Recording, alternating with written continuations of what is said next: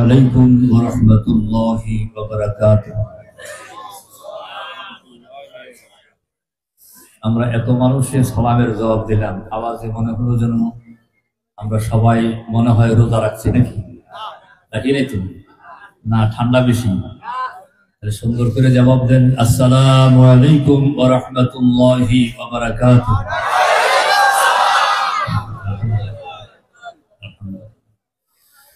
نحمده ونستعينه ونستغفره ونؤمن به ونتوكل عليه ونعوذ بالله من شرور أنفسنا ومن سيئات أعمالنا من يهد الله فلا مضل له ومن يضلله فلا هادي له ونشهد أن لا إله إلا الله وحده لا شريك له ونشهد أن سيدنا وسندنا وحبيبنا ومولانا محمدا عبده ورسوله الذي أرسله بالحق بشيرا ونذيرا وداعيا إلى الله بإذنه وسراجا منيرا فقد قال الله تعالى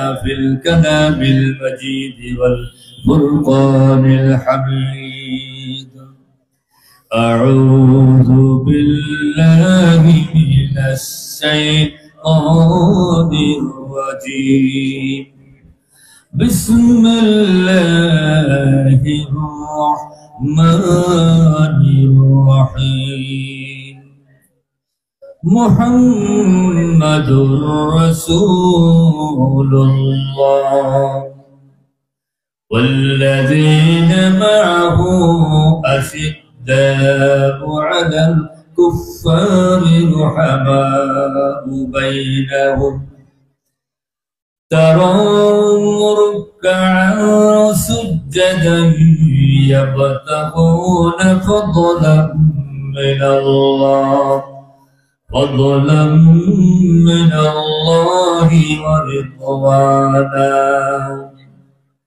سيماهم في وجوههم من أثر السجود صدق الله العظيم وقال تعالى في شان حبيبه مخبرا وآمرا إن الله وملائكته يصلون على النبي يا أيها الذين آمنوا صلوا عليه وسلموا تسليما اللهم صل على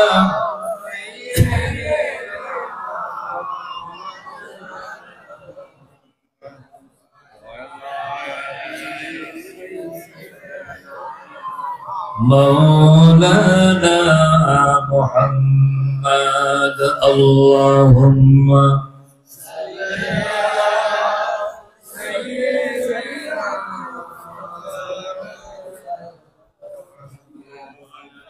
وعلى آل سيدنا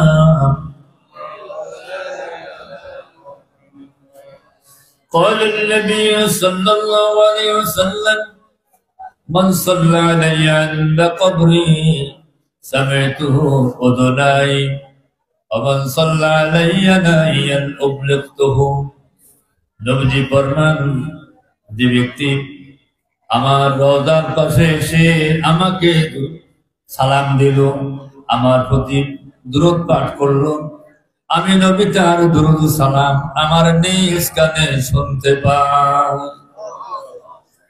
আর যে ব্যক্তি দূর থেকে আমার উপর দুরূদ সালাম পড়ে আল্লাহ রাব্বুল আমিন ফেরেশতার মাধ্যমে তার নাম, পিতার নাম এবং বংশ সহকারে তার দুরূদ সালাম আমার নিকট পৌঁছে দেন। আল্লাহুম্মা সাল্লি আলা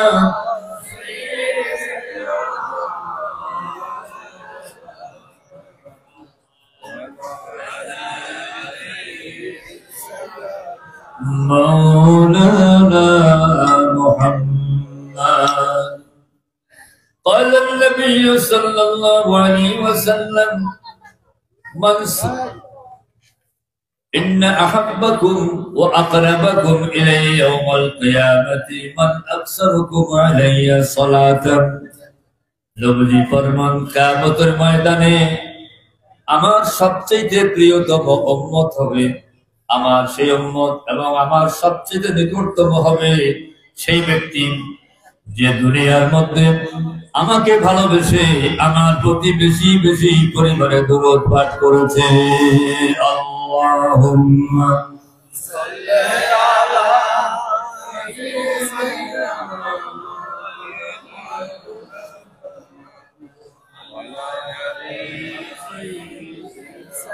مولانا محمد بلغ العلا بكماله كسب الرجا بجماله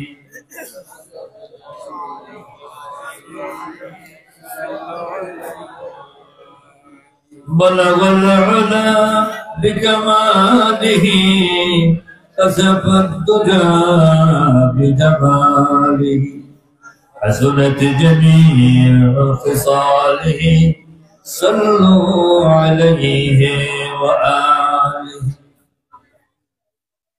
لكل نبي في الأنام فضيلة لكل نبي في الأنام فضيلة وجملتها مجموعة لمحمد بلغ العلا بكماله كشف الرجا بجماله حسنت جميع خصاله صلوا عليه وآله.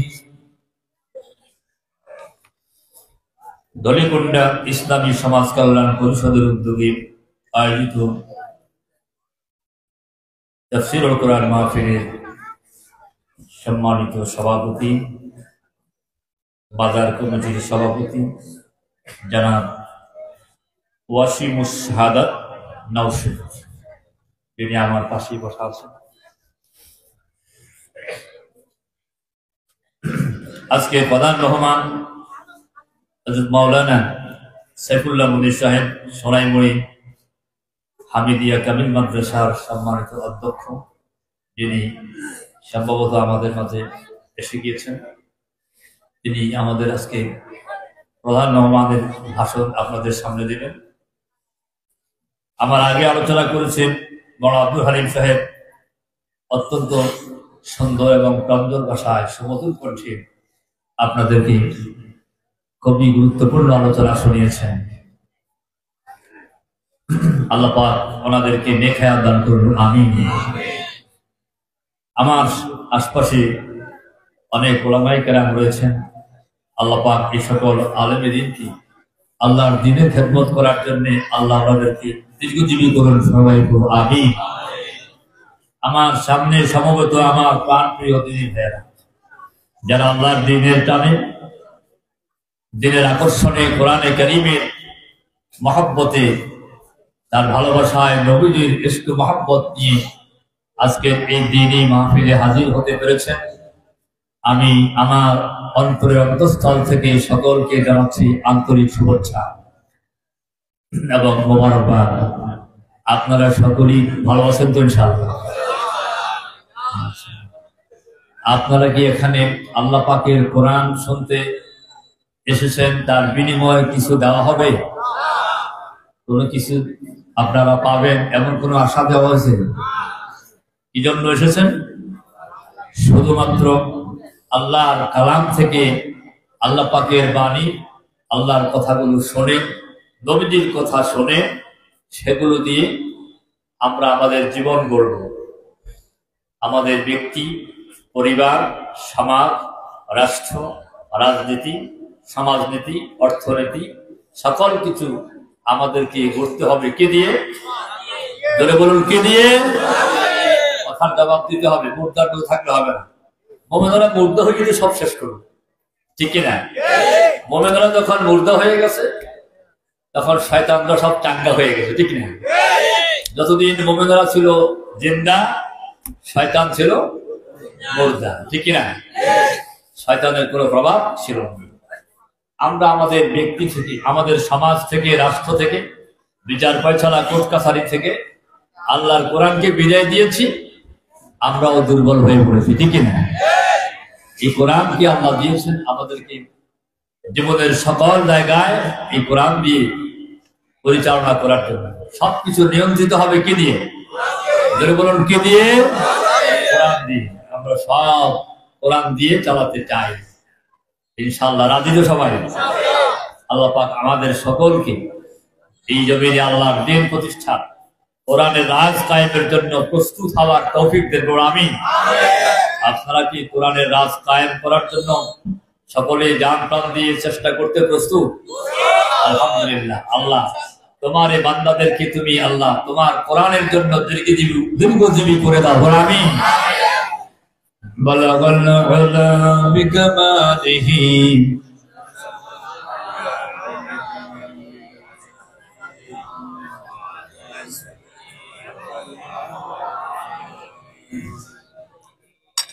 প্রিয় ভাই সব,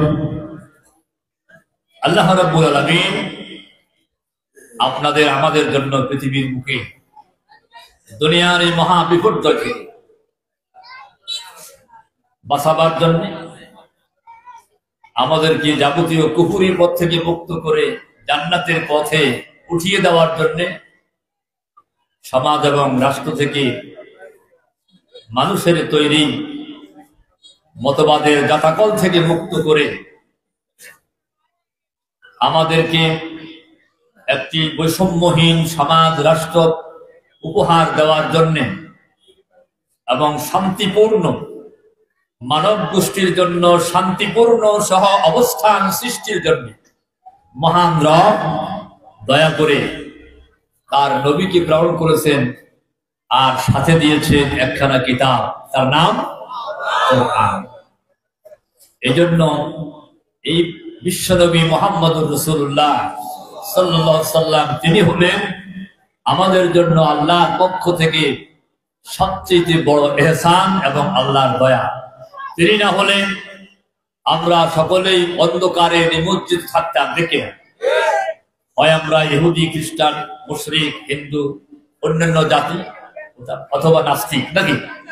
কিন্তু আমাদের প্রিয় নবীকে আল্লাহ প্রেরণ করেছেন পৃথিবীবাসীকে অন্ধকার থেকে আলোর দিশা দেওয়ার জন্য, এই সমস্ত কুফুরির সকল প্রকার কুফুরি থেকে মুক্ত করে আমাদেরকে আলোর দিশা দেওয়ার জন্য, অর্থাৎ আমাদেরকে জান্নাতের পথে নেওয়ার জন্য, আমাদের দুনিয়ার যাবতীয় বিপর্যয় থেকে আমাদেরকে মুক্ত করার জন্য আল্লাহ পাক বিশ্ব নবীকে প্রেরণ করেছেন, ঠিক কিনা? ঠিক কিনা? এই জন্য আল্লাহ বলেছেন তোমরা এই নবী এবং কোরআনকে পেয়ে তোমরা খুশি হয়ে যাও। কে বলেছেন? আল্লাহ বলেছেন। আল্লাহ বলেন قل بفضل الله وبذلك فليفرحوا هو خير مما يجمعون। আল্লাহ বলেছেন হে নবী বলে দেন তারা যেন খুশি হয়, আনন্দিত হয়। এই জন্য আল্লাহ রহমতকে পেয়ে, রহমত হচ্ছেন জানাবি মুহাম্মদুর রাসূলুল্লাহ সাল্লাল্লাহু আলাইহি ওয়াসাল্লাম, তাকে পেয়ে যেন তারা খুশি হয়, আনন্দিত হয়। কারণ তিনি হচ্ছেন আমাদের দিশারি, তিনি আমাদেরকে অন্ধকার থেকে আলোর দিকে বসে, ঠিক কিনা বলুন? আর তিনি হলেন আমাদের জন্য আল্লাহর পক্ষ থেকে করুণা এবং রহমত। তিনি যে রহমত, এই কথা কি আমাদের কথা না আল্লাহর কথা? আল্লাহর কাছ থেকে শুনি। আল্লাহ বলেন পড়েন ওয়ামা আরসালনাকা ইল্লা রাহমাতাল লিল আলামিন। আল্লাহ বলেন হে নবী আমি আপনাকে গোটা বিশ্ব জাহানের জন্য রহমত করে প্রেরণ করেছি। আপনি হলেন গোটা জগতের জন্য রহমত। বিশ্ব চরাচরের আল্লাহর যত সৃষ্টি আছে সকল কিছুর জন্য তিনি হলেন রহমত। তিনি শুধু আমাদের নবী নন, গোটা সৃষ্টিকুলের নবী, জোরে বলেন সুবহানাল্লাহ, এবং গোটা বিশ্ব জগতের নবী।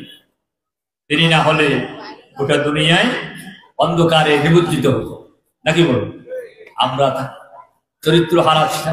চরিত্র হারাই থাকতাম, আমরাও সে আবু জেহেলদের মতোই থাকতাম, নাকি বলুন? তিনি এসে সব অন্ধকার দূরীভূত করেছেন। এই জন্য শেখ সাদি বলেছেন, বালাগাল উলা বিকামালিহি কাশাফাত দুজা বিজামালিহি হাসানাত জামিউ খিসালিহি সাল্লু আলাইহি ওয়া আলিহি। যিনি তার কামালিয়তের মাধ্যমে উচ্চ পর্যায়ে পৌঁছে গিয়েছে, আল্লাহ তাকে সবচেয়ে শ্রেষ্ঠ উচ্চ মর্যাদা দান করেছেন, ধরে বলেন সুবহানাল্লাহ।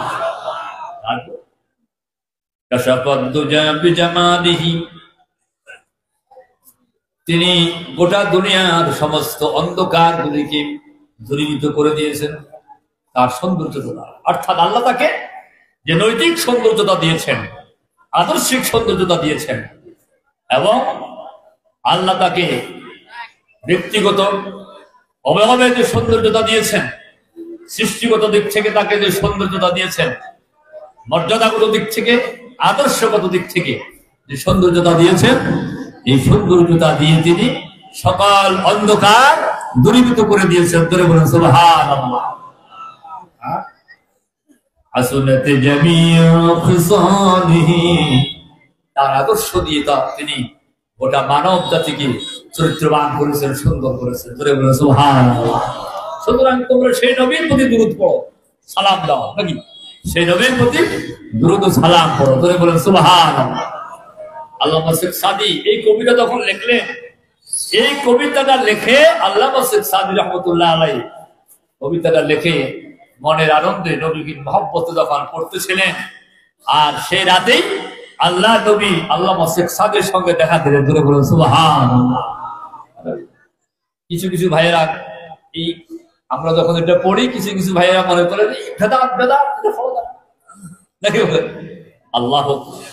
আল্লামা শেখ সাদি পড়েছেন, নবীজিকে দেখেছেন, নবীজি এসে দেখা দিয়েছে, নবীর গুণগান করেছে, এটা আলহামদুলিল্লাহ বলুন। ভাই সব বলতেছিলাম, এরপরে আল্লাহ বলছেন তারা যেন খুশি হয় নবী এই রহমত নিয়ে, আর তারা যেন খুশি হয় আল্লাহর ফজল নিয়ে, অনুগ্রহ নিয়ে। সেটা কি? সেটা হচ্ছে আল্লাহর কোরআন। বিফাদলিহি আয়াল কোরআন, তাফসীরে লেখা আছে, আর কোরআন নিয়ে, রহমত নিয়ে, নবীকে নিয়ে এবং কোরআনকে নিয়ে তারা খুশি হয়ে যায়। সুবহানাল্লাহ। এরপর আল্লাহ বলেন, হুয়া খায়রুম মিম্মা ইয়াজমাউন, তোমরা দুনিয়ার মুখী যত ধন সম্পদ অট্টালিকা যা কিছু তোমরা জমা করতেছো, যার পিছনে তোমরা লেগে আছো, গোটা দুনিয়ার সকল ধন সম্পদের চাইতে তোমাদের জন্য এর চাইতে উত্তম আর কিছুই হতে পারে না। সুবহানাল্লাহ। নবী হলেন তোমাদের জন্য শ্রেষ্ঠ সম্পদ, ভালোবাসা, সে নবীকে মহব্বত করা, তার অনুসরণ করা, এটাই তোমাদের জন্য সবচেয়ে বড় সম্পদ, ধরে বলুন সুবহানাল্লাহ। আওয়াজ দিয়েছে কারণ না কেন? এই আওয়াজ ফেলে নিচ্ছে তো বলতেছিলাম, আমার ভাই সব কাফের বেঈমানেরা নবীজি এলেন বিশ্ব মানবতাকে অন্ধকার থেকে মুক্ত করার জন্য, আলোকবর্তিকা হয়ে আসলেন, কিন্তু লোকেরা বুঝে নাই, তারা নবীকে নবী বলে স্বীকার করে না। আল্লাহ বললেন, ক্বাদ জাআকুম মিনাল্লাহি নূরুন ওয়া কিতাবুন মুবিন, অবশ্যই তোমাদের কাছে এসেছে একটা আলোকবর্তিকা, জ্বলন্ত লাইট। সেই জ্বলন্ত লাইট হলেন মহানবী মুহাম্মদুর রাসূলুল্লাহ সাল্লাল্লাহু আলাইহি ওয়াসাল্লাম। আল্লাহ থেকে আলোকবর্তিকা বানিয়ে পাঠিয়েছেন। তিনি মানুষগুলিকে দুনিয়ার যাবতীয় অন্ধকার থেকে মুক্ত করেছেন, মুক্ত করার জন্য এসেছেন। সাথে করে নিয়ে এসেছেন একখানা জ্বলন্ত কিতাব, যার নাম কোরআন। ওয়া কিতাবুম মুবিন। অতএব তিনি আলোক পত্রিকা হয়ে দুনিয়া এসেছেন, আলো দেখিয়েছেন মানুষকে কি দিয়ে? কি দিয়ে? কোরআন দিয়ে। আল্লাহ পাক কোরআনে কারীম কি আবার নূর বলেছেন, কোরআনে কারীম নূর আর নবীও নূর। ধরে বলে সুবহানাল্লাহ, ধরে বলে সুবহানাল্লাহ। এই কথা কি আমি বলি না আল্লাহ বলেন? আমি বলি না আল্লাহ বলে? দেখুন, فآمنوا بالله ورسوله والنور الذي أنزلنا। আল্লাহ বলেন তোমরা ঈমান আনো আল্লাহর প্রতি, রাসূলের প্রতি, আর সেই নূরের প্রতি যে নূর আমি আল্লাহ নাযিল করেছি। সুবহানাল্লাহ। আবার বলছেন والذين آمنوا به والذين آمنوا به وعزروه ونصروه واتبعوا النور الذي أنزل معه أولئك هم المفلحون। سبحان الله। আল্লাহ বলেন যারা ঈমান আনে ওই নবীর প্রতি, তাকে সম্মান করে আর তার দ্বীনি কাজে সাহায্য করে, সহযোগিতা করে দিনের পথে দিনকে প্রতিষ্ঠার জন্য, আর তার সাথে যে নূর নাযিল করা হলো সেই নূরের অনুসরণ করে, সেই নূরকে মেনে নেয়, তার মানে কোরআনকে তারা মেনে নেয়, উলাইকা হুমুল মুফলিহুন, তারাই সফল হবে, তারাই সফল কামী। যারা বলেন সুবহানাল্লাহ। তাহলে আল্লাহ নবী এই নূর নিয়ে এসেছেন, তিনি নিজে নূর, সঙ্গে করে নিয়ে এসেছেন নূর, তিনি যে নূর। তারপরে প্রমাণ কি জানেন? হযরত আব্বাস বলেন ইজা তাকাল্লামা রাসূলুল্লাহ সাল্লাল্লাহু আলাইহি ওয়াসাল্লাম কান্নুরি ইয়াখরুজু বাইনা সানায়া। ইমাম তিরমিজি হাদিস লেখেন, ইবনে আব্বাস রাদিয়াল্লাহু তাআলা বর্ণনা করেন, নবীজি যখন কথা বলতেন, নবীজির দুইটা দাঁতের ফাঁক দিয়ে ভিতর থেকে আলো বের হতো কথা বলার সময়। সুবহানাল্লাহ। ইয়াখরুজু কান্নুরি বাইনা সানায়া। সানায়া মাঝখানে দুইটা দাঁত, এই দুইটা দাঁত মাঝে থাকছে, এর ফাঁকে দিয়ে কি হতো? আলো বের হতো। এই ছিল আমাদের নবীর মুজিজা। যারা বলেন সুবহানাল্লাহ। আয়েশা বলেন আমি একদিন সন্ধ্যাবেলা সেলাই করতেছিলাম, আমার হাত থেকে সুইটা পড়ে গেল, অন্ধকার হয়ে গেল, সুইটা আমি খুঁজে পাইলাম না।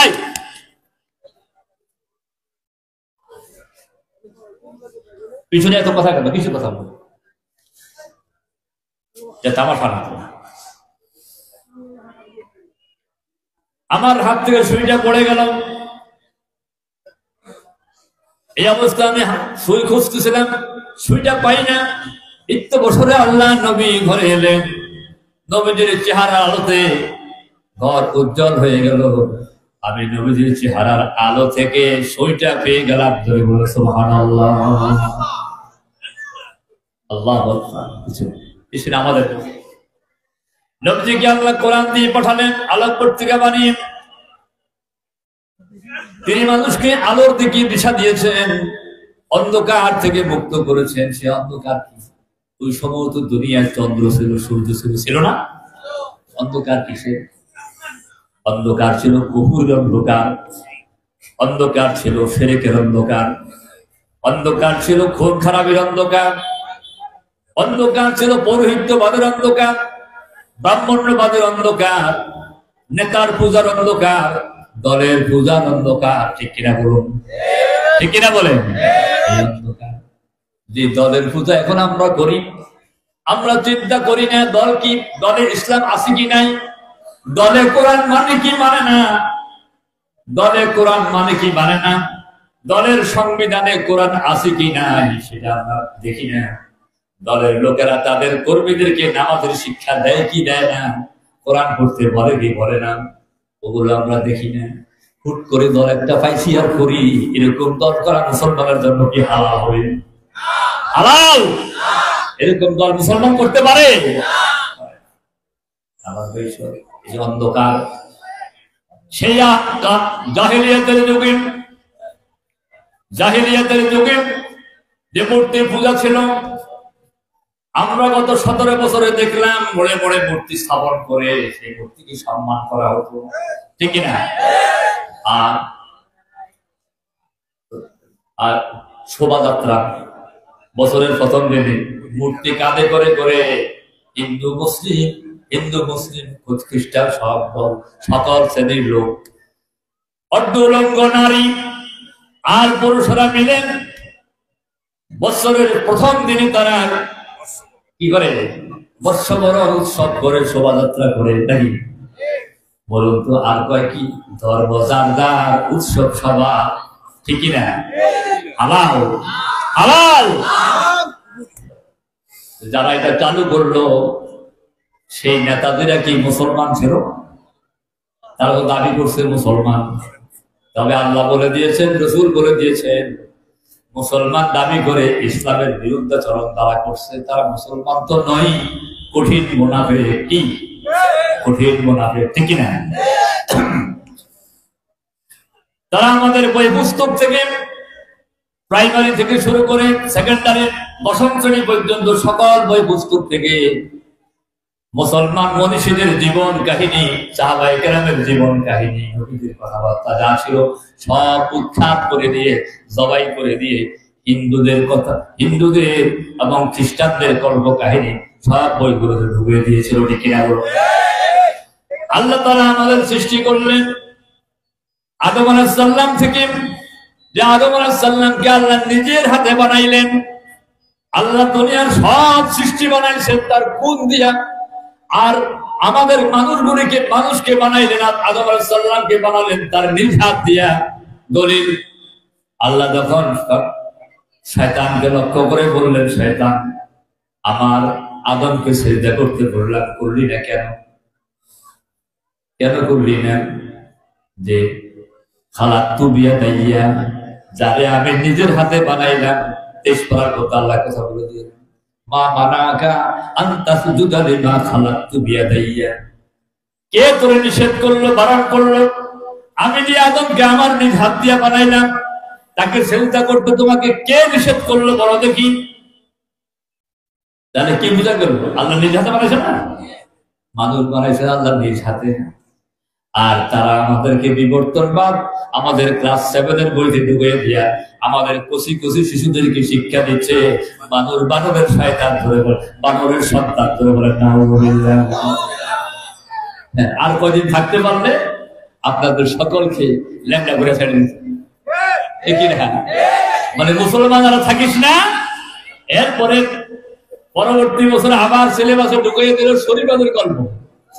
এই গল্প দিয়ে শিক্ষা দিচ্ছে, ও ছেলেরা তোরা 9 10 যখন উঠবি, ওই ইউরোপীয় দেশগুলোতে তারা প্রতিষ্ঠানে লেখাপড়া করতে যায়, একটা ছেলে একটা মেয়ে একসাথে বসে, আর ওদেরকে একটা সুযোগ দেয়, তারা এই ছেলে মেয়েরা যা ইচ্ছা তা করবে, ধরে বলেন নাউযুবিল্লাহ।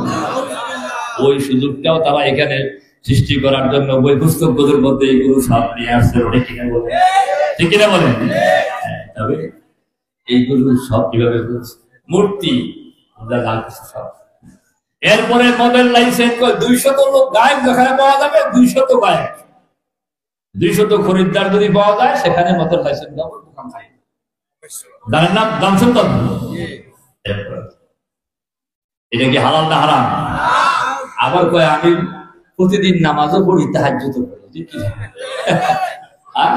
প্রতিদিন নামাজও পড়ে, তাহাজ্জুদ পড়ে। আর গোটা জাতিকে দিল কি? মদের লাইসেন্স। আর কি ব্যবসাখানা 5 কোয়ার্টারের লাইসেন্স দেওয়া হয়, হালাল না হারাম? তারপরে গোটা দেশে দর্শনের সেঞ্চুরি চলল, ওনার সন্তানেরা, সোনার সন্তানেরা সারা দেশে দর্শনের সেঞ্চুরি চালালো, আর কোন দর্শনের বিচার হলো না, ঠিক কিনা? এরপরে এটার জন্য বিচার, একদিকে দর্শন করে অপরদিকে আইন করে, নাকি? কি দিলে নাই? যে 200 টাকা জরিমানা, নাকি? ঠিক কিনা? আর আল্লাহ দিলেন ব্যভিচারীর জন্য, অবিবাহিত ব্যভিচারী ব্যভিচার করলে আয-যানিয়াতু ওয়াজ-যানি ফাজলিদু কুল্লা ওয়াহিদিন মিনহুমা মিয়াতা জালদা। জানাকার পুরুষ আর নারী যদি অবিবাহিত হয় 100 কোড়া মারবে। কত? আর যদি বিবাহিত হয় তাহলে কত কোড়া? কোমর পর্যন্ত বাড়াইয়া মাথাটাকে কষ্ট লাগাতে উড়াইয়া দিবে। এর নাম সংসার। এর নাম কি? সংসার। একবার যদি একটা দর্শনকারীর বিচার এভাবে করা হতো, আগামী 10 বছরে আর একটা দর্শনকারী খুঁজে পাওয়া যেত না। ঠিক কিনা?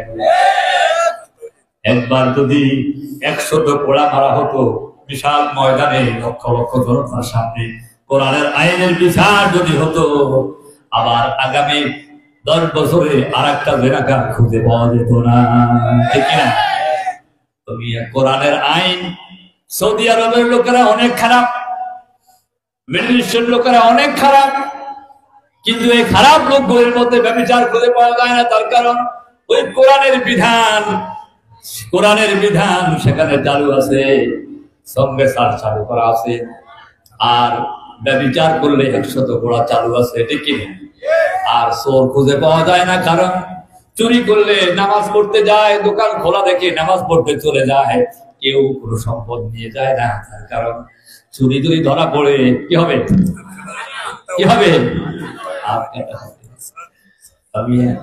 তারা ভয় পায়। আল্লাহর কোরআনের আইন চালু হয়ে গেলে সবার আগে যদি হাত কাটা যায়, তাহলে যিনি এখন ভারতে আশ্রয় নিয়ে আছেন সবার আগে তার হাত কাটা যাবে। ঠিক কিনা? এরপরে যিনি বলছেন, দমে দমে বলতেন, আমরা পালাই না নাকি? এরপরে হাত কাটা যাইতো দরবার সাহেব নাকি, দরবার বাবা নাকি, দরবার এক একটা 130 কোটি,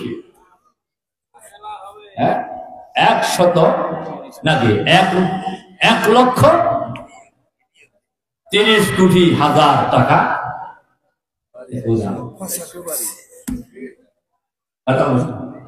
আর দরবের বাবা নিলেন 57,000 কোটি টাকা নাকি? আর সবচেয়ে বেশি নিছেন ওনারা মায়াবতী। ঠিক কিনা? সবচেয়ে বড় টাকা, বড় চোর। ঠিক কিনা বলে? সুতরাং ভাই সব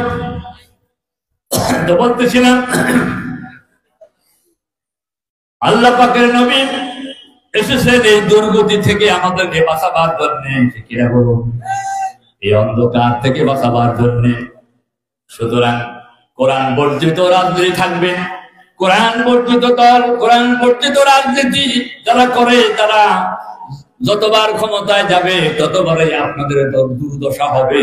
ঠিক কিনা বলেন? যতবার ক্ষমতায় আসবে, যারাই আসুক, কোরআন বর্জিত দল যদি হয়, পশ্চিমকালেও আপনার আমার মঙ্গল হবে না? হবে। আপনারা স্বাধীনতা অর্জন করেছেন 53 বছর পর্যন্ত। বলুন তো, আমাদের সমাজ থেকে হত্যা, গুম, খুন, ধর্ষণ, বিরোধী পার্টিকে দমন, নিপীড়ন, মানুষকে মেরে ফেলা, একটু কমছে না বাড়ছে? এগুলো থেকে যদি বাঁচতে চান, বাঁচার একটাই পথ, শান্তির পথ যদি পেতে চান, নবীকে আল্লাহ পাঠিয়েছেন আলোক পত্রিকাবারে এই অন্ধকার থেকে মুক্ত করার জন্য। সেই অন্ধকার থেকে মুক্ত করার জন্য নবী এসেছেন। তিনি এসে কোরআন দিয়ে আলোর পথ দেখিয়েছেন। কে দিয়ে? কোরআন দিয়ে আলোর পথ দেখিয়েছেন। আমার ভাই সব, আল্লাহ পাক বলেন, ইয়াহদি বিহিল্লাহু মান ইত্তাবা রিদওয়ানাহু সুবুলাস সালাম يخرجهم من الظلمات إلى النور يخرجهم من النور إلى الظلمات أولئك أصحاب النار يخرجهم من الظلمات إلى النور ويهديهم إلى صراط আল্লাহু আকবার। নবী কোরআন নিয়ে এলেন, এই কোরআন দিয়ে পথ দেখালেন। আল্লাহ পাক বলতেছেন, এই কোরআন যারা মানবে, এই কোরআন যারা ধরবে, এই কোরআনকে যারা অনুসরণ করবে আল্লাহকে পাওয়ার জন্য, আল্লাহর সন্তুষ্টি অর্জনের জন্য। এই কোরআন তাদেরকে দিশা দিবে শান্তির পথের দিকে। ধরে বলে সুবহানাল্লাহ। কোন পথে? শান্তির পথে। ধরে বলে সুবহানাল্লাহ। শান্তির পথে দিশা দিবে কোরআন। আল্লাহু আকবার। আমার বিশ্ব, এই কোরআন ধরেন শান্তি হয়ে যাবে। কোরআন দিয়ে পরিবার করেন শান্তি হয়ে যাবে। পরিবারটা হবে জান্নাতের ঘর। সমাজ গড়বেন, সমাজটা হয়ে যাবে জান্নাতি সমাজ। রাষ্ট্র গড়বেন, রাষ্ট্রটা হয়ে যাবে জান্নাতি রাষ্ট্র। ধরে বলেন সুবহানাল্লাহ। একাকী একটা যুবতী হেঁটে যাচ্ছে, দূর থেকে যুবতী দেখলেন সামনে একটা যুবক আসতেছে। যতই কাছাকাছি হয়ে গেল, সন্ধ্যার ঘুরিয়ে এলো, যুবতীর কলিজা শুকিয়ে গেছে। আমি বুঝিয়া বাঁচতে পারবো না। যখন যুবকটা কাছে এলো, যুবতী ভয়ে বসে গেল। আর যুবকটা পাশে দাঁড়িয়ে বলছে, বোন, সন্ধ্যা হয়ে গেছে, আপনি কোথায় যাবেন বলুন, আপনার কোনো ভয় নাই, আমি আপনাকে আপনার গন্তব্যস্থলে নিরাপদে পৌঁছে দিয়ে আসবো। এই পরিবেশ তৈরি করলেন ইসলাম এবং কোরআন। ধরে বলেন সুবহানাল্লাহ। কোরআনই পরিবেশ দিচ্ছে। একটা যুবক খুঁজে পাওয়া যায় না যে যুবকটা যুবতীর দিকে চোখ তুলে তাকাবে। ধরে বলেন সুবহানাল্লাহ। সে শান্তির পরিবেশ কে দিয়েছে? কোরআন। কিসে? কোরআন দিয়েছে। আমার ভাই সব বলতেছিলেন, এই প্রিয় নবী, তিনি হলেন সারা নবী, তিনি হলেন শ্রেষ্ঠ নবী। সবচেয়ে সুন্দর করে আল্লাহ তাআলা বানিয়েছেন। হযরত আয়েশা রাদিয়াল্লাহু তাআলা আনহা বলেন, নবীজি বলছেন, পাল্লাতু মাশারিকাল আরদি মাগরিবাহা লাম আরা রাজুলান আহসানা মিন রাসূলিল্লাহ সাল্লাল্লাহু আলাইহি ওয়াসাল্লাম।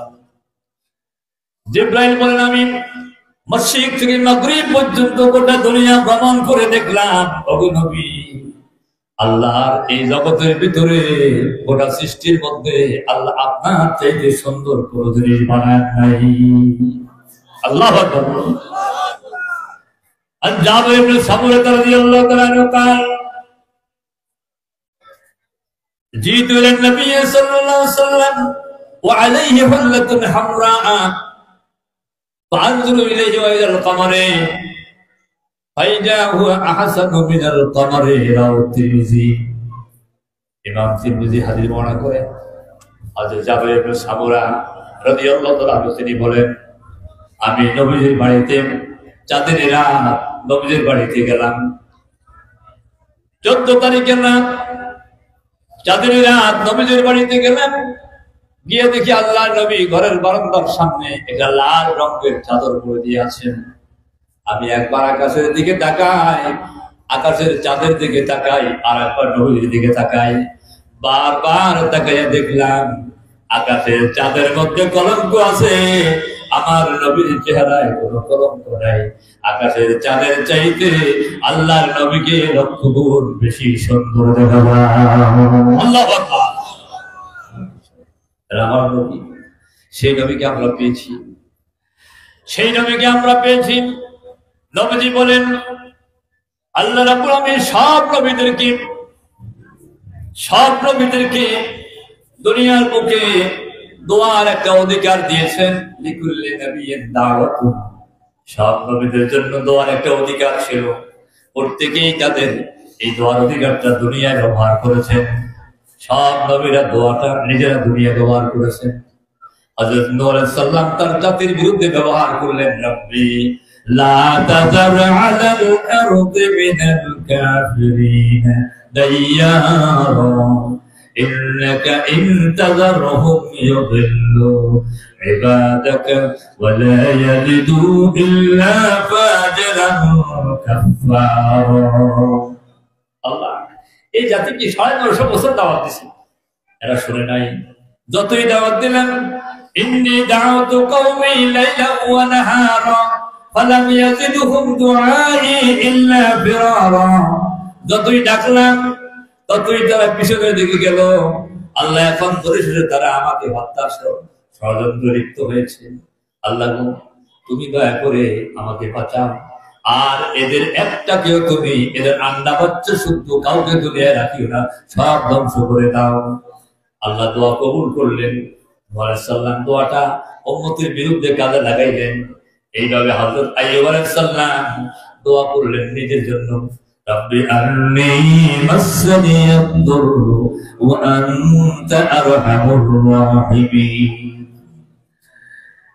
এইভাবে হযরত যাকারিয়া আলাইহিস সালাম দোয়া করলেন সন্তানের জন্য, দোয়াটা নিজের জন্য ব্যবহার করলেন। রব্বি হাবলি মিন লাদুনকা যুররিয়াতান তাইয়্যিবা ইন্নাকা সামিউদ দুআ। বলছেন ও আমার রব, তোমার পক্ষ থেকে আমার জন্য একটা পবিত্র সন্তান তুমি আমাকে দান করো।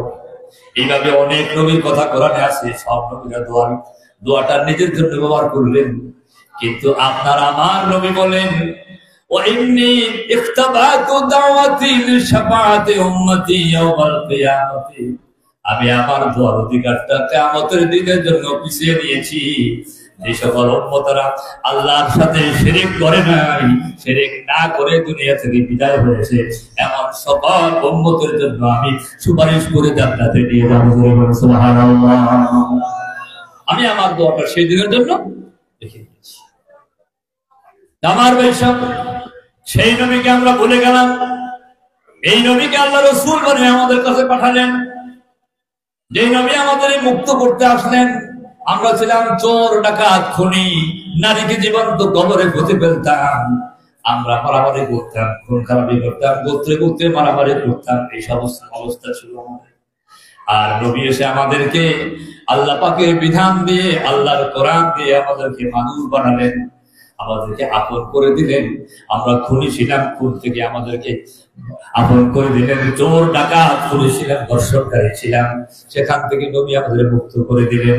আল্লাহ বলেন, এই রোগগুলি সকল মানুষের মধ্যে বিদ্যমান, এই রোগগুলি থেকে মানুষকে মুক্ত করেছেন আল্লাহ নবী কোরআন দিয়ে। কে দিয়ে? কে দিয়ে?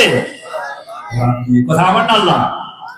আল্লাহ বলেন, ওয়ানুনাজ্জিলু মিনাল পড়েন وَنُنَزِّلُ مِنَ الْقُرْآنِ مَا هُوَ شِفَاءٌ وَرَحْمَةٌ لِّلْمُؤْمِنِينَ।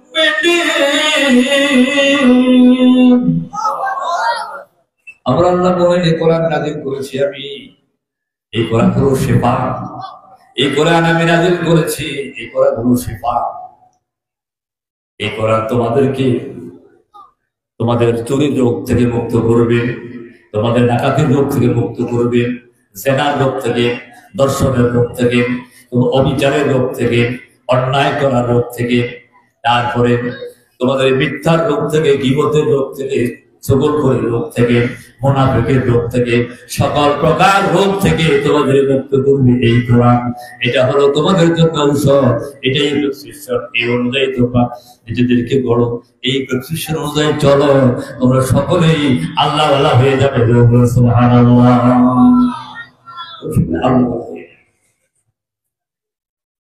সব নবী এই দাওয়াতে দিয়েছেন, কিতাব দিয়ে। নবীরা কি নিশ্চয় কথা বলে? বলে না। কি দিয়ে বলে? এই কোরআন আল্লাহ দিয়েছেন। নবী আপনি কোরআন দিয়ে মানুষকে মুক্ত করুন।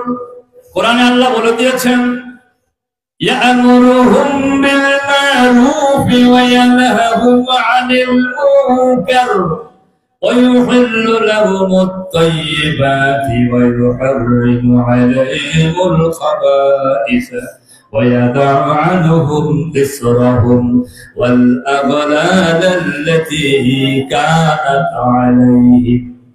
আল্লাহ বলেন, নবী তো হলেন এই বৈশিষ্ট্যের যে তিনি আমাদেরকে সৎ কাজের আদেশ দিবেন, অন্যায় থেকে আমাদের ফিরাবেন, আর ভালো ভালো জিনিসগুলো আমাদের জন্য হালাল ঘোষণা করবেন, আর নিকৃষ্ট জিনিসগুলো আমাদের জন্য অবৈধ ঘোষণা করবেন। এরপরে মানুষের উপর মানুষের তৈরি করা মতবাদের দাতাকল থেকে মানুষকে নাজাত করবেন, আর মানুষের উপর মানুষের জুলুম, নির্যাতন, অর্থনৈতিক, রাজনৈতিক, সামাজিক, রাষ্ট্রীয় জুলুম নির্যাতনের শৃঙ্খল থেকে মুক্ত করবেন। এই জন্য আল্লাহ তার নবী প্রেরণ করেছেন। সুবহানাল্লাহ। শুধু নামাজ পড়তে পাঠাইছে? শুধু নামাজ, শুধু জিকির আজকার, শুধু দুরূদ শরীফ পড়তে না। তারাও তো বলছে মক্কার ঘর খালি করে দেই, আপনি ইবাদত করেন আপনার সঙ্গী সাথীদেরকে নিয়ে। নবী বলছে না, আমি তোদের অধীনে কোন পদ আমি গ্রহণ করব না। আল্লাহ তোদেরকে রেখে সেখানে পদ গ্রহণের জন্য আমাকে পাঠায় নাই। আমাকে কি জন্য পাঠাইলো? তোদের মন গড়া মতবাদ দিয়ে সমাজ চালাতে গিয়া হত্যা, দর্শন, খুন, অনৈতিক সমস্ত কার্যকলাপ তোমরা যেভাবে চালু করছো, এইগুলোকে উৎখাত করার জন্য আল্লাহ আমাকে প্রেরণ করেছেন। সুবহানাল্লাহ। কথা কি আমার না আল্লাহ? এবার আল্লাহ থেকে শুনে, ওয়াল্লাযী আরসালা রাসূলাহু বিল হুদা ওয়া দীনিল হক লিইয়ুযহিরাহু আলাদ দীনি কুল্লিহি ওয়ালাউ কারিহাল মুশরিকুন। আল্লাহ বলেন, হে নবী, আল্লাহ বলেন আল্লাহ দ্বীনে হক এবং সত্য দিন সহকারে নবীকে প্রেরণ করেছেন এই জন্য যাতে করে তিনি দুনিয়ায় প্রচলিত সমস্ত মানব রচিত মতবাদ, মতাদর্শ আদিয়ানে বাতেলার উপরে আল্লাহর দ্বীনকে বিজয় করতে পারেন। এই জন্য আল্লাহ তার নবীকে প্রেরণ করেছেন। সুবহানাল্লাহ। নবী এসে সেই কাজটাই করেছেন। মক্কায় 13 বছর কাজ করলেন, কত জুলুম অত্যাচার, কত কিছু হলো, ঠিক কিনা বলেন? এই যে এত জুলুম অত্যাচার ভোগ করলেন, মক্কার বাইতুল্লাহ শরীফের পাশে নামাজ পড়ছেন, হেরেমের মধ্যে নামাজ পড়ছেন। নবীজি কি দুই দিক থেকে এসে চাদর দিয়ে গলা পেঁচাইয়া টান দিল, এমন ধরে টান দিল চোখ দুটো যেন বেরিয়ে যাবে, জিহ্বাটা লম্বা হয়ে বেরিয়ে গেছে। আরে কত কষ্ট তারা দিলেন। নবী সেজদায় গেলেন, ওদের নাড়ি বড়িয়ে এনে নবীজির পিঠের উপর দিয়ে মাথার উপর দিয়ে দিল, চাপা দিল। তাই নয়, আল্লাহ নবী সর্বশেষ খাদিজাও ইন্তেকাল করলেন, আবু তালেবও ইন্তেকাল করলেন, দিশেহারা হয়ে চলে গেলেন তায়েফে। দেখি সেখানে গিয়ে তিনি সেখানে 3 দিন দাওয়াত দিলেন, তারা দাওয়াত গ্রহণ করলো না। আসার সময় তারা দুই দিক থেকে যুবকদেরকে লেলিয়ে দিয়ে নবীজির উপরে আক্রমণ চালালো। আল্লাহ নবী 3বার বেহুশ হয়ে জমিনে পড়ে গেলেন, সারা দেহ রক্তাক্ত হয়ে গেল। আর তাদের মধ্যে কোনো দয়া হলো না। আল্লাহ নবী কোন রকমে হুঁশ হওয়ার পরে হযরত যায়েদকে নিয়ে এক তায়েফী বাগানে অবস্থান নিলেন। দূর থেকে দেখলেন তায়েফীরা রাখাল, সে বকরি চালাচ্ছেন। হযরত যায়েদ আস্তে আস্তে করে তার কাছে গিয়ে বললেন, ভাই, আল্লাহর নবী নামাজ পড়বে, ওযু করার জন্য একটু পানির ব্যবস্থা করে দিতে পারো কি? ওই তায়েফী দয়া পরবশ হয়ে আল্লাহর নবীর জন্য পানি এনে দিলেন। ওযু করছেন। ওযু করতে গিয়ে আল্লাহর নবী চেহারা থেকে, দেহ থেকে রক্তগুলো যখন জমিনে পড়তেছে, নবীজি রক্তগুলো উঠাইয়া দেহের মধ্যে মাখতে লাগলেন, নিজের গায়ে মাখতেছেন। যায়েদ বললেন, ইয়া রাসূলুল্লাহ, এই রক্তগুলো আপনি কেন উঠাচ্ছেন? এগুলি তো আর আপনার গায়ে ঢুকবে না। নবীজি বললেন, যায়েদ রে, আমিও জানি এই রক্তগুলো আমার গায়ে ঢুকবে না, কিন্তু আমি এই জন্য উঠাই না। আমি রক্তগুলো উঠে এনেছি এই জন্য, এই যে রক্তগুলো যদি এই জমিনে পড়ে থাকে, না জানি আল্লাহ গুসা করে জমিনটাকে উঠিয়ে দেয় আর তায়েফবাসীকে ধ্বংস করে দেয়। তারা যদি সব ধ্বংস হয়ে যায়, তাহলে আমি আর কার কাছে দাওয়াত পৌঁছাবো? লা ইলাহা ইল্লাল্লাহু মুহাম্মাদুর রাসূলুল্লাহ। সুবহানাল্লাহ। আমার নবী এই দীর্ঘ 13 বছর মক্কার জমিনে কষ্ট করলেন। সেখান থেকে যখন ফিরে আসলেন, আসার পরেও দেখা গেল মক্কার অবস্থা এমন, এখানে কেউ জায়গা দিতেও রাজি নয়।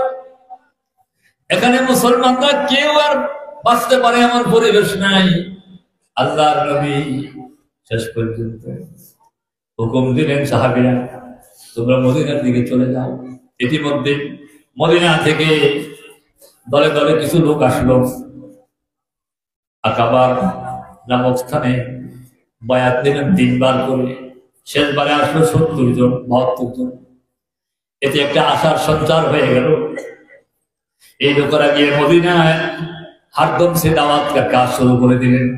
মদিনার বহু লোক মুসলমান হয়ে গেল। তাদের কাছ থেকে নবী বায়াত নিলেন, তোমরা কি আমারে ভালোবাসবে? ইয়া রাসূলুল্লাহ কি বলেন? আমরা আমাদের জীবনের চাইতে বেশি ভালোবাসবো। তারা দাওয়াত দিল, ইয়া রাসূলুল্লাহ আপনি মদিনায় চলে আসেন, আমরা আপনাকে নিয়ে আল্লাহর দ্বীনের কাজ করব। নবী বললেন, শর্ত দুইটা, তোমরা তোমাদের নিজেদের জান এবং ছেলে মেয়েদেরকে যেভাবে পাহারা দাও, যেভাবে তোমরা আপন মনে করো, আমি নবীকে হেফাজতের জন্য তোমরা এমন ভাবে কাজ করতে পারবে কি? বলে, হ্যাঁ পারবো। ইয়া রাসূলুল্লাহ শুধু কি তাই? আপনার জন্য আমাদের জীবন উজাড় করে দিয়ে দেব। তাদের কথা শুনে আল্লাহ নবী খুশি হয়ে গেলেন। এরপরে নবীজি সাহাবায়ে কেরামদেরকে আদেশ করলেন, যাও, আল্লাহর তরফ থেকে ইঙ্গিত আসবে, হিজরত হবে। কবে হবে এখনো বলেন নাই। সাহাবায়ে কেরাম আস্তে আস্তে চলে যেতে লাগলেন মদিনার দিকে। সর্বশেষ আমার নবী চলে যাবেন। ইতিমধ্যেই তারা টের পেয়ে গেল, তারা মদিনার নবীজিকে হত্যা করার ষড়যন্ত্রে লিপ্ত হয়ে গেল। নবীজিকে হত্যা করে ফেলবে, এই ষড়যন্ত্রে তারা এক হয়ে গেল। কেমনে করবে? সব গোত্র থেকে এক একজন করে যুবক আসবে, একসাথে তারা সবাই হত্যা করবে। নবীজির ঘরের চারদিকে তারা ঘেরাও দিয়ে দাঁড়িয়ে রইল। রাত্রিবেলা, সকলে রাত্রিবেলা নবীজির ঘরের চারদিকে দাঁড়িয়ে রইল। আর চিন্তা করলো, এখন রাত্রিবেলা যদি হত্যা করি তাহলে মানুষ আমাদের কাপুরুষ বলবে, আমরা রাত্রিবেলায় কাজটা করবো না। সকালবেলায় যখন মোহাম্মদ ঘর থেকে বের হবে, এক যদি আমরা তলোয়ার দিয়ে তাকে খন্ড খন্ড করে ফেলবো। বলেন নাউযুবিল্লাহ। কিন্তু আল্লাহর কুদরত, হযরত ইব্রাহিম এলেন, নবীজিকে বললেন, ইয়া রাসূলুল্লাহ হিজরত করে রাখবেন, আপনি ঘুম থেকে উঠে যান। নবী উঠে গেলেন। ঘরের চতুর্দিকে দুশমনরা দাঁড়িয়ে আছে।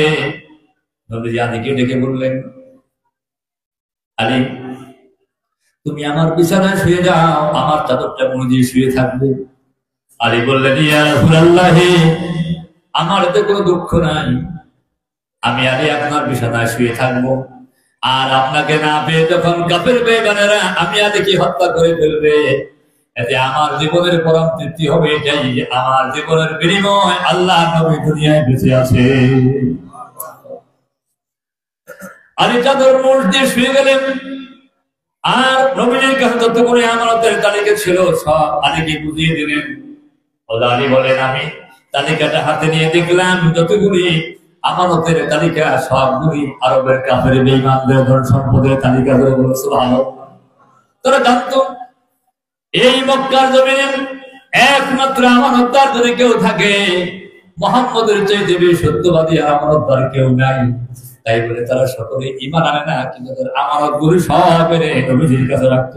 সুবহানাল্লাহ। এরপরে নবীজি ঘর থেকে বের হবেন, এক মুষ্টি পানি হাতে নিয়ে শাহ হাতির উযু করে দম করে ছেড়ে দিলেন। আল্লাহ পাক বালিগুলি সব কাফের বেঈমানদের চোখে চোখে পৌঁছে দিলেন। আল্লাহ বলেন, ওয়া মা রামাইতা ইযা রামাইতা ওয়ালাকিন্নাল্লাহা রামা। আপনি বালিগুলো ছেড়ে দিয়েছেন, এটা আপনি নিক্ষেপ করেন নাই, আমি আল্লাহ তাদের চোখে চোখে নিক্ষেপ করে দিয়েছি। সুবহানাল্লাহ। নবী এবার ঘর থেকে বের হবেন, পড়তেছেন, ওয়াজআলনা মিন বাইনি আইদিহিম সাদ্দা ওয়া মিন খালফিহিম সাদ্দা ওয়া আগশাইনাহুম ফাহুম লা ইউবসিরুন। এই আয়াত পড়ে নবীজি ঘর থেকে বের হয়ে গেলেন। ওরা চোখ মুছে আর বের হয়ে চলে গেলেন। ধরে বলেন সুবহানাল্লাহ। নবীজি গোপনে গিয়ে আবু বকরের বাড়িতে উঠলেন। দরজার মধ্যে গিয়ে শুধু একটা আওয়াজ দিলেন, আবু বকর। এমনি দরজা খুলে গেল। নবীজি বলেন, আবু বকর, তুমি কি ঘুমাও নাই? বললেন, ইয়া রাসূলুল্লাহ, আজ থেকে 4 মাস আগে যখন আপনি আমাকে বলেছেন হিজরতের হুকুম হতে পারে, ওই দিন থেকে আমি কোনদিন বিছানার সঙ্গে পিঠ লাগাইয়া ঘুমাই না। আমি দরজাটার সঙ্গে পিঠ লাগাইয়া দাঁড়ায় দাঁড়ায় ঘুমাই। এই জন্য না জানি কোন রাতে কখন কতক্ষণে আমার নবী এসে দরজায় আবু বকর বলে ডাকাডাকি করবে, আর দরজা খুলতে যদি আমার দেরি হয়ে যায় নবীজির সঙ্গে আমার বেয়াদবি হয়ে যাবে। এজন্য আমি রাতের আমার বিছানার সঙ্গে পিঠ না লাগাইয়া আমার দরজাটার সঙ্গে দাঁড়াইয়া দাঁড়াইয়া আমি পিঠ লাগাইয়া ঘুমাতাম। সুবহানাল্লাহ। এবার নবীজিকে নিয়ে রওনা দিলেন। এখান থেকে বের হয়ে 3 দিন পর্যন্ত গাড়ে সুরে রয়ে গেলেন। আর গাড়ে সুর থেকে 3 দিন পর মদিনার দিকে রওনা দিলেন। আল্লাহ পাক মদিনায় পৌঁছিয়ে দিলেন। আমার বেশা ঘটনা বলা দুঃসরয় কারণ হলো এই কাপের বেঈমান করে নবীজিকে মেনে নিতে পারে নাই, অথচ নবী এলেন মানবতার নবী। নবী হলেন মানব জাতির জন্য সবচাইতে বেশি দরদি কল্যাণকামী। কিনা বলুন, এই পৃথিবীর মুখে আমার নবীর যে কল্যাণকামী মানবতার জন্য আর কেউ নাই। আছে কেউ নাই, তা মানতে পারে নাই। আল্লাহ নবী যখন ষষ্ঠ হিজরিতে নবী যখন স্বপ্নে দেখলেন তিনি বাইতুল্লাহ তওয়াফ করছেন, সাহাবায়ে কেরাম ডেকে বললেন, আমি স্বপ্নে দেখেছি বাইতুল্লাহ তওয়াফ করছি, আমি তওয়াফে যাব, তোমরা কে যাবে? 1400 সাহাবী নবীজির সঙ্গে রওনা দিয়ে গেলেন। আর কাফের বেঈমানরা রওনা দিয়ে গেলেন। কাফের বেঈমানরা হুদায়বিয়া নামক জায়গায় আল্লাহ নবীকে বাধা দিল। ঠিক কি না? সেখান থেকে নবী চুক্তি করে শেষ পর্যন্ত সন্ধি করে সন্ধির মাধ্যমে ফিরে আসলেন। আমি লম্বা কথা বলবো না, কিন্তু কাফের এই বেঈমানগুলি নবীকে নবী মানতে রাজি নয়। তারা নবীকে নবী বলে স্বীকার করে। আল্লাহ পাক এই সূরা মুহাম্মদ এই সূরা ফাতার মধ্যে সর্বশেষ লগ্নে আপনার এই আয়াতের মধ্যে আল্লাহ পাক জানিয়ে দিলেন মুহাম্মাদুর রাসূলুল্লাহ। তোমরা যাই বলো আর না বলো, আমার রাসূল তিনি আমার রাসূল, আমি তাকে রাসূল বানিয়ে পাঠিয়েছি। জোরে বলো সুবহানাল্লাহ। আমার রাসূল, আমি তাকে রাসূল বানিয়ে পাঠিয়েছি। আল্লাহু আকবার। এর আগের আয়াতে বলেছেন যে রাসূল এসেছে সকল মতবাদ উৎখাত করে আল্লাহর জমিনে আমার দেওয়া বিধান কোরআনকে প্রতিষ্ঠা করার জন্য। জোরে বলো সুবহানাল্লাহ। এরপরে বললেন তিনি আল্লাহর রাসূল। আর সেই রাসূলের গুণাগুণ কি, সেই রাসূলের সাথীদের গুণাগুণ কি হবে, পরবর্তী শব্দে আল্লাহ তা বললেন।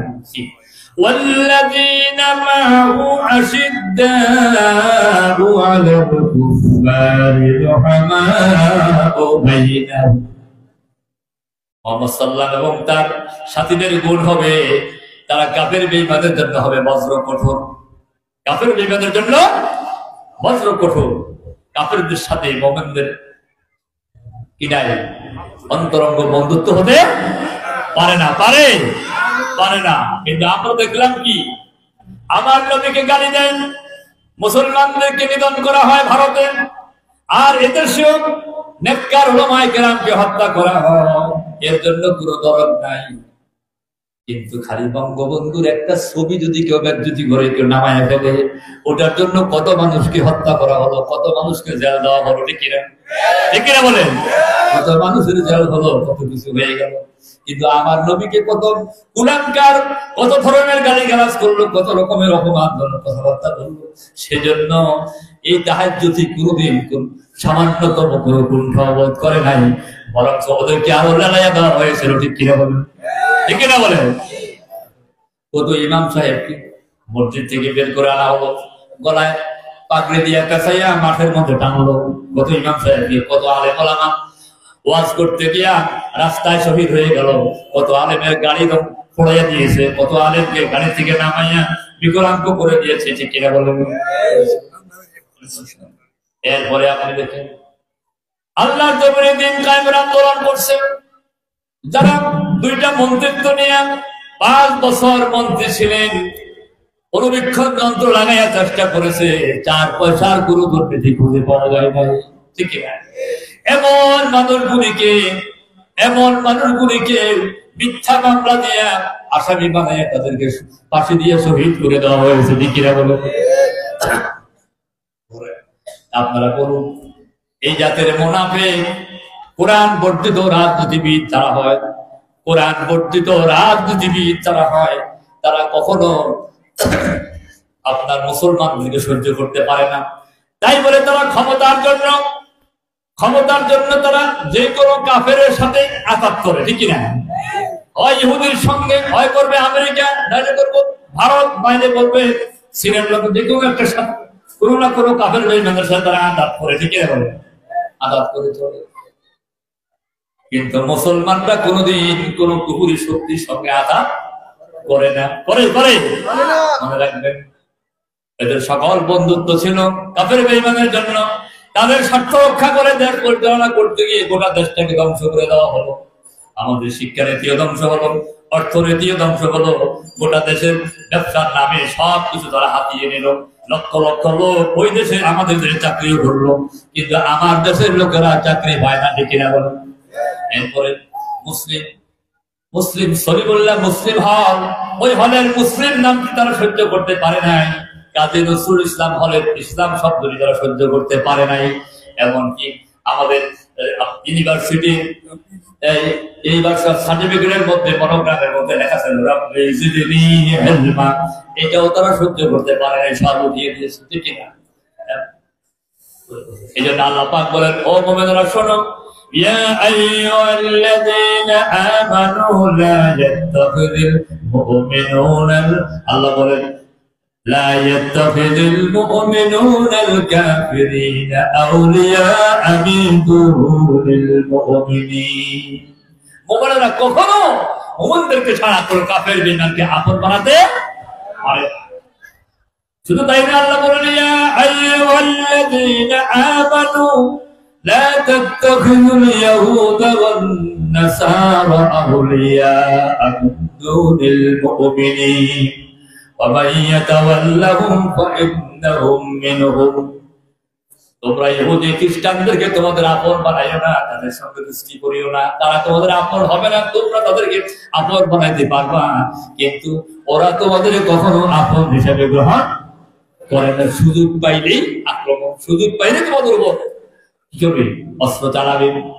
আজকে দেখো আল্লাহ বলে দিয়েছেন, লাতাজিদান্না আশাদ্দান নাসি আদাওয়াতান লিল্লাযীনা আদাওয়াতান লাতাজিদান্না আশাদ্দান নাসি আদাওয়াতান, আর তোমরা অবশ্যই সবচেয়ে বেশি বড় দুশমন হিসেবে পাবে তোমার মুশরিকদেরকে এবং ইহুদিদেরকে। মুসলমানদের সবচেয়ে বড় দুশমন পাবে কাকে? মুশরিক এবং ইহুদিদেরকে তোমরা সবচেয়ে বড় দুশমন পাবে। সুতরাং তোমরা তাদের সাথে আঘাত করিও না, তাদের সাথে বেশি চলতে চাই, তাদেরকে আপন জানিও না। আপনি কাফের বেঈমানদের সাথে নিজের দুনিয়াবি স্বার্থের জন্য আঘাত করে মুসলমানদের ক্ষতি করা, এটা হালাল না হারাম? যদি হালাল হতো, আপনি দেখুন হাতিব বিন আবি বলতা একজন বদরি সাহাবী, হাতিব বিন আবি বলতা একজন বদরি সাহাবী। এই বদরি সাহাবী যখন মক্কা বিজয়ের পরিকল্পনা করলেন আল্লাহর নবী, মক্কা বিজয়ের পরিকল্পনা গোপন রাখা হলো, সকল সাহাবীদেরকে বলা হলো কোন অবস্থায় এটা ফাঁস করা যাবে না। কিন্তু হাতিব বিন আবি বলতা মনে মনে ভাবলেন, অনেকের তো সেখানে আত্মীয় স্বজন আছে, তাদের ধন সম্পদ রক্ষা পাবে, তাদের লোকজন রক্ষা পেয়ে যাবে, কিন্তু আমার তো সেখানে কেউ নাই। আমি যদি অন্ততপক্ষে তাদেরকে এই পরিকল্পনার কথাটা একটু জানিয়ে দেই, তাহলে তারা আমার ছেলে মেয়ে পরিবার পরিজনকে হেফাজত করবে। শুধু এটার জন্য করছিলেন এই কাজটা। কিন্তু আল্লাহ রাব্বুল আমিন এই অবস্থাটা যখন সে করলো, একটা চিঠি লিখে একটা মহিলার কাছে দিয়ে দিল, টাকা পয়সা দিয়ে দিল, যাও এটা নিয়ে অমুক খানে এই মুশরিকদের অমুক নেতার কাছে পৌঁছাইয়া দিবা। আল্লাহ রাব্বুল আমিন ওহীর মাধ্যমে জানিয়ে দিলেন এবং জিবরিল আপনাকে পাঠিয়ে দিলেন, যাও তুমি আমার নবীকে জানিয়ে দিয়ে আসো। এই একজনের কাছে হাতিব বিন আবি বলতা এই পরিকল্পনা মক্কা জানিয়ে দিয়েছে। মহিলাটা মক্কা পৌঁছে না, কাছে রওজাতুল খাক নামক জায়গা আছে, তার থেকে এটা তাড়াতাড়ি নিয়ে আসো। আল্লাহর রাসূল হযরত আলী এবং হযরত আবু উবাইদা দুইজনকে পাঠালেন। দুইজন দৌড়িয়ে গেলেন, ঘোড়ায় চড়ে দৌড়িয়ে তাকে ধরলেন সেই রওজাতুল খাক নামক জায়গায়, তাকে পাওয়া গেল। এখন মহিলাকে বলল, তোমার কাছে একটা চিঠি আছে, তাড়াতাড়ি এটা দাও। মহিলা বলল, না আল্লাহর কসম আমার কাছে কিছু নাই, আমার কাছে কোনো চিঠি নাই। আলী বললেন, তাড়াতাড়ি চিঠি দাও, আর নতুবা তোমার উলঙ্গ করে তোমাকে সম্পূর্ণ স্যাক করে বাইর করা হবে। মহিলা দেখলো, না আমাকে তো ছাড়বে না। তাড়াতাড়ি করে চুলের ভেড়ির ভিতর থেকে সিটিটা বের করে দিয়ে দিল। ধরে বলেন সুবহানাল্লাহ।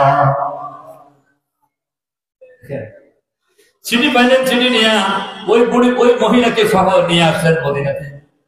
এখন আল্লাহ পাক আয়াত নাযিল করে দিয়ে দিলেন, আয়াত নাযিল করে জানিয়ে দিলেন, ইয়া আইয়ুহাল্লাযীনা আমানু লা তাত্তাখিযু আদুওয়ি ওয়া আদুওয়াকুম আওলিয়া তুলকুনা ইলাইহিম বিল মাওয়াদ্দাহ ওয়া ক্বাদ কাফারু বিমা জাআকুম মিনাল হক يخرجون الرسول وإياكم أن تؤمنوا بالله ربكم إن كنتم خرجتم جهادا في سبيلي وابتغاء مرضاتي تسرون إليهم بالمودة وأنا أعلم بما أخفيتم وما أعلنتم ومن يفعله منكم فقد ضل سواء السبيل। ইমানদাররা শোনো, কখনো তোমরা আমার দুশমন এবং তোমাদের দুশমনকে তোমরা আপন মনে করে নিও না, তাদের সাথে বন্ধুত্ব করো না। আর তোমরা মনে রাখো, এই কাফের বেঈমানগুলো তোমাদেরকে সত্যের কারণে, দ্বীনের কারণে মক্কা থেকে বের করে দিয়েছেন এবং তোমাদের নবীকে বের করে দিয়েছে। আর তোমরা যদি সত্যিকার ঈমানে থাকো আল্লাহর পথে, আর যদি তোমরা আল্লাহর জন্য জিহাদ করে থাকো আমার পথে, যদি তোমরা একান্তে আমার জন্য, আমার সন্তুষ্টি লাভের জন্য জিহাদ করে থাকো, তাহলে তোমরা কোনো অবস্থাতেই তোমরা এমন কাজ করতে পারো না, এমন কাজ করতে পারো না। তাহলে এখন মনে করেন আপনারা মুসলমান, আল্লাহর দ্বীন কায়েমের জন্য জমিনে আল্লাহর দ্বীনের জন্য ইসলামী আন্দোলন করেন, ইসলামী আন্দোলনের পক্ষে আপনারা কাজ করেন। এর মধ্যে আপনার অন্য কোন দলের সাথে আপনার সম্পর্ক আছে, কোন লোকের সাথে সম্পর্ক আছে, আপনার দুনিয়াবি কোন স্বার্থের জন্য ইসলামী আন্দোলনের লোকেরা গোপনে বসে কি পরামর্শ করেছে দ্বীনের জন্য, ওই গোপন সব কথাটা নিয়ে লাগাইয়ে দিলেন, এটা করা যাবে? করা যাবে? আমি আপনার জান যাবে, জীবন যাবে, বাড়িঘর যাবে, সব যাবে, এরপরে আল্লাহর দ্বীনের স্বার্থে গোপন কোন কথা কাফের বেঈমানদের কাছে ফাঁস করে দেওয়া যায় না। গায়ে আছে, গায়ে আছে, গায়ে নাই। যদি এটা করে, আল্লাহ পাক কোরআনে বলে দিয়েছেন, তোমরা যে গোপনের কাজটা করলা, কিন্তু আমি আল্লাহ তোমাদের এটা সব আমি জানি। তোমরা গোপনে যা করো, আনা আলামু বিমা আখফাইতুম ওয়া মা আলানতুম, তোমাদের গোপন প্রকাশ্য সব কিছু আমি জানি। আর যারাই এমন ধরনের কাজ করবে, ওই লোকগুলি গুমরাহির চরম পর্যায়ে পৌঁছে যাবে, তারা আর দিনও ঈমানের মধ্যে থাকতে পারবে না। বলেন নাউযুবিল্লাহ। মুমিনরা কখনো কাফের বেঈমানকে আপন মনে করবে না। এমনকি তাদের কাছে দ্বীন হলো সবচেয়ে বড়, দ্বীনের মায়া বড়, আল্লাহ এবং রাসূল সবচেয়ে বড়। ওই আপনার নিজের ছেলে মেয়ে, আত্মীয় স্বজন, তারাও যদি আল্লাহর দ্বীনের চাইতে কুফরিকে বেশি ভালোবাসে, আল্লাহ নিষেধ করে দিয়েছেন, ইয়া আইয়ুহাল্লাযীনা আমানু লা তাত্তাখিযু আবাআকুম ওয়া আবনাআকুম আওলিয়া ইন ইসতাহাব্বুল কুফরা আলাল ঈমান।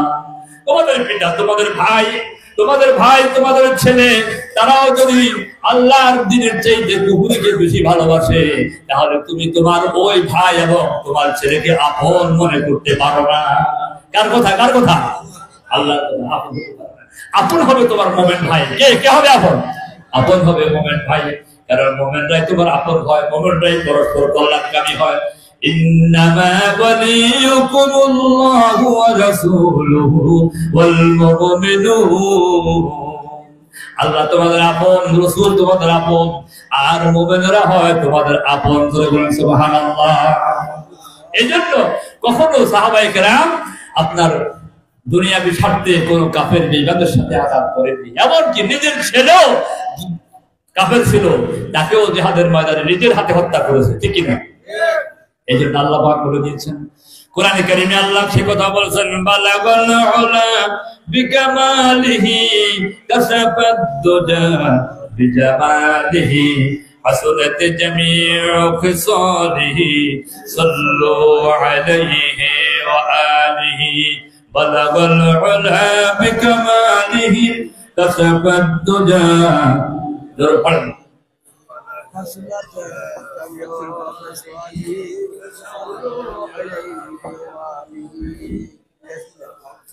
আল্লাহ পাক বলেন لا تجد قوما يؤمنون بالله واليوم الآخر يوادون من حاد الله ورسوله ولو كانوا آباءهم أو أبناءهم أو إخوانهم أو عشيرتهم أولئك كتب في قلوبهم الإيمان. সুবহানাল্লাহ।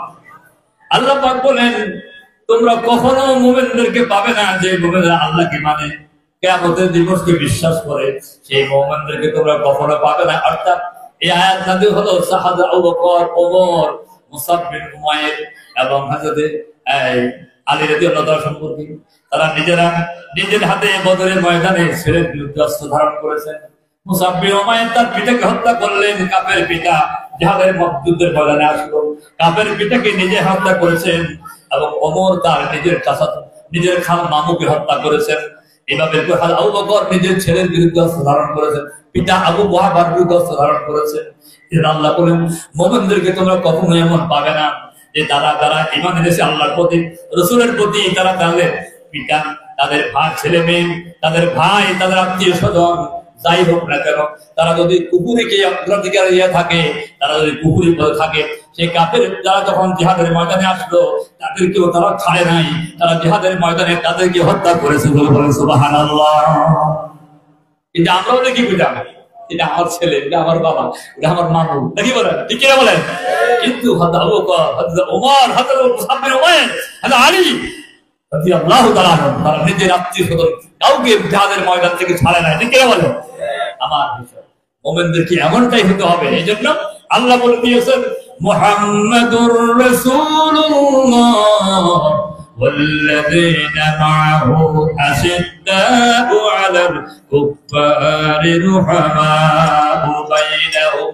তারা কাফেরের বেলায় হবে বজ্র কঠোর, আর নিজেদের বেলায় পরস্পরের মধ্যে তাদের সম্পর্ক হবে আপন এবং বন্ধুত্বপূর্ণ এবং দয়াশীল। তারা হবে একে অপরের প্রতি দয়ালু। কি বলতে কি একে অপরের প্রতি কি হবে? দয়ালু হবে। বালাগাল উলাম বিকামালিহি, বলেন জোরে জোরে, বালাগাল উলাম বিকামালিহি কাশাফাত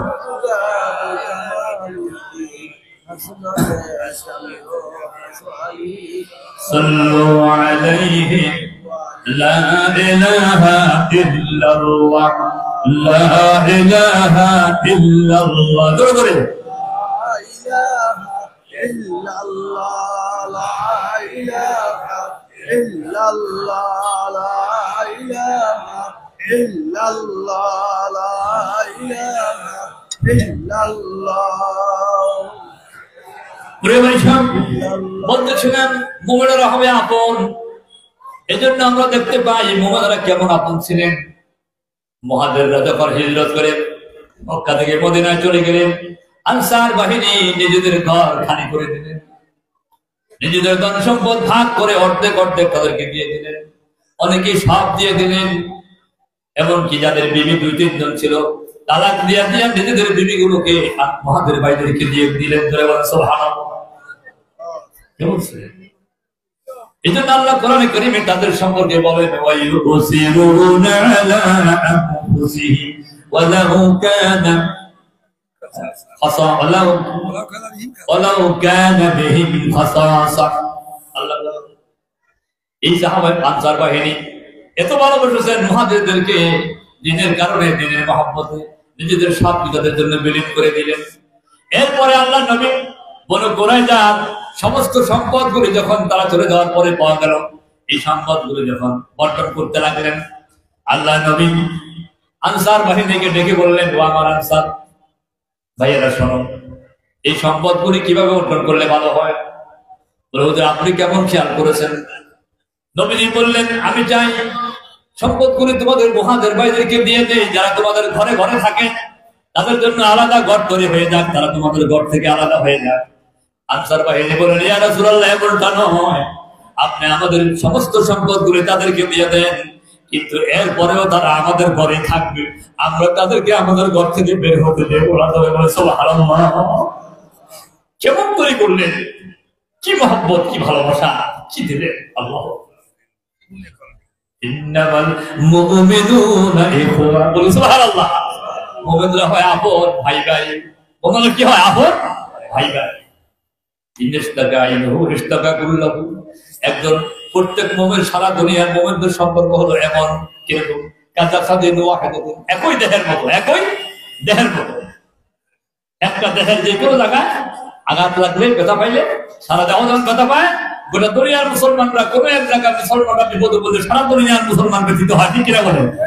কিন্তু আফসোসের বিষয়, আর আমাদের ফিলিস্তিনি ভাইয়েরা বিপদগ্রস্ত, আর বিশাল সাম্রাজ্য, আরব সাম্রাজ্য, চতুর্দিকে আরবদের দুর্বলছে দাঁড়িয়ে আজ মার খেতেছে গোটা দুনিয়ার মুসলমান, আর হা করে বসে আছে, ঠিক কিনা বলেন? এইটা কি মুসলমানের সম্পর্ক? মুসলমান আল্লাহ নবী বলছেন, লা ইউযলিমুহু ওয়া লা ইউসলিমুহু ওয়া লা ইউযলিমুহু। মুসলমান সম্পর্ক হলো মুসলমান মুসলমানের ঘরে জুলুম করবে না, আর ওয়া লা ইউসলিমুহু, মুসলমান মুসলমানদেরকে জালিমের হাতেও ছড়িয়ে দিবে না, ঠিক কিনা বলেন? জালিমের হাতেও ছড়িয়ে দিবে না। বরং আল্লাহ রাব্বুল আলামিন কোরআনে কারীমে বলে দিয়েছেন, ওমা লাকুম لا تقاتلون في سبيل الله والمستضعفين من الرجال والنساء والولدان الذين يقولون ربنا أخرجنا من هذه القرية الظالم أهلها। আল্লাহ বলেন, কি হলো তোমাদের? কেন তোমরা নির্যাতিত মুসলমানদের পক্ষে, নির্যাতিত মুসলমানদেরকে মুক্ত করার জন্য কেন তোমরা আল্লাহর পথে লড়াই করো না? কেন তোমরা গম্ভীর হচ্ছ না লড়াইয়ের জন্য? বলো। অথচ নির্যাতিত মানুষেরা, নারী পুরুষের আর্তনাদ করছে, আল্লাহ তুমি আমাদেরকে হয় এই জালিমের বস্তি থেকে বের করে দাও, না হলে তুমি তোমার পক্ষ থেকে আমাদের জন্য একজন ত্রাণকর্তা পাঠিয়ে দাও, ঠিক কিনা বলে? আজ মুসলমানেরা সম্পর্ক, মুসলমানদের সম্পর্ক, অথচ জিহাদের ময়দানে গেল, আপনার হুনাইনের যুদ্ধে সাহাবীরা যুদ্ধ করছে, হযরতে